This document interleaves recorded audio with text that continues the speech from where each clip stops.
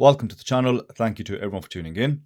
Today I'm going to be giving you my complete thoughts on the Cadisen C8237, a watch which I unboxed around a month ago. Apologies, it has taken a while, but we are here now. So I did make some quick observations on this new release back in the unboxing. A few things stood out to me, and while the watch it is quite cheap, it has all the usual material specifications, I still think there is room for it to be criticized just like the rest. Now, we have seen in the past few years so many AliExpress brands emerge. Some have never been heard of from again, and some have continued.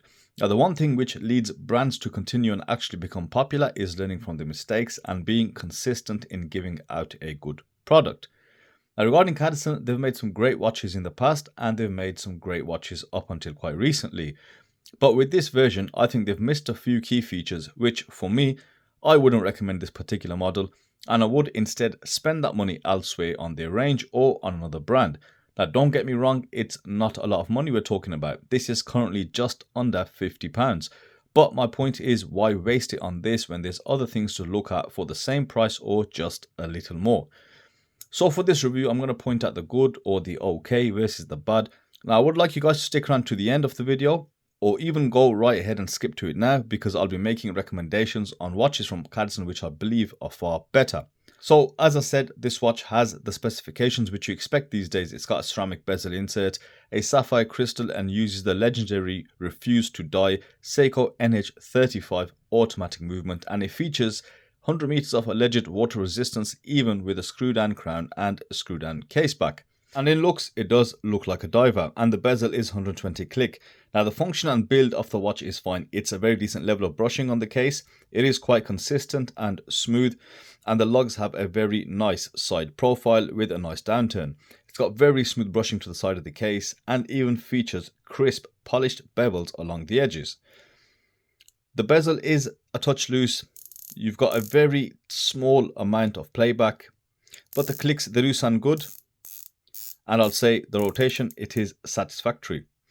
Now, the crown, I'd say, is just a touch too small at 6mm, and it would have benefited from just a better grip, I think. It does sometimes slip quite easily, and also I do find the threads do catch from time to time, but on the whole, not too much of an issue.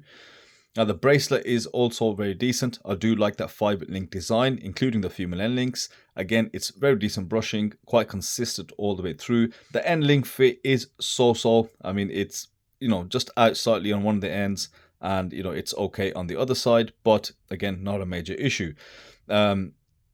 The main issue I have here is just the clasp. Why give a dress watch clasp with just 2 micro adjustments on a watch which is meant to be a diver?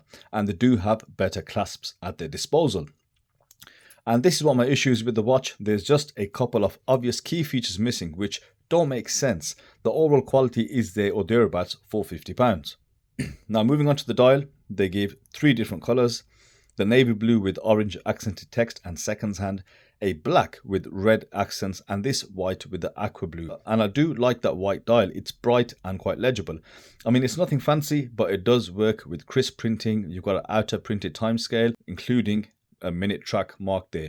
Now here, I think they could have really done away with the outer scale and just moved the markers closer to the edge and just left that minute track. The extra markings don't really do anything here except compress the dial a bit. Now, but the main thing is the loom.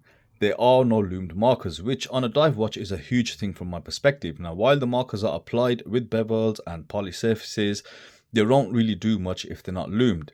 And had it been a dress watch, then absolutely fair play. And where there is loom on the handset, it is quite dull with insufficient layers.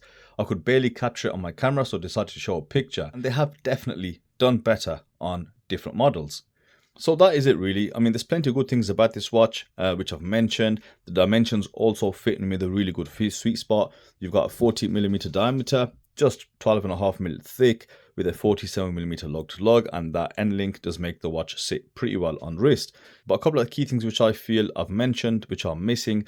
I wouldn't want to spend £50 on this, and I would look at some of the other watches. So I'll give you 3 to look at below. Starting off, we have the 38mm 6.2 Mass Homage, model number C8237. It's a brilliant little watch, and I have the full review on this, and it's currently sitting at a ridiculous £32 or so on the choice sales. I mean, how do you even do that at such a low price? We've also got another 38mm, the C8206 model. Again, it's been previously reviewed. It's a lovely little watch coming in at £55, which is very good value for money, and it has the right features. Now, the last one that caught my eye is the C8230. It's homogeneous Seiko, and it comes in a 39mm diameter, and it has numerous high-star reviews, and it's sitting as low as £45.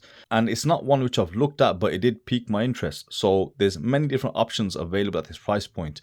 Most better than this C8237 in my humble opinion, and all are linked within the video description should you choose to get any. So thank you guys for tuning in. I'd love to hear your thoughts in the comment section below, and I'll see you on the next video.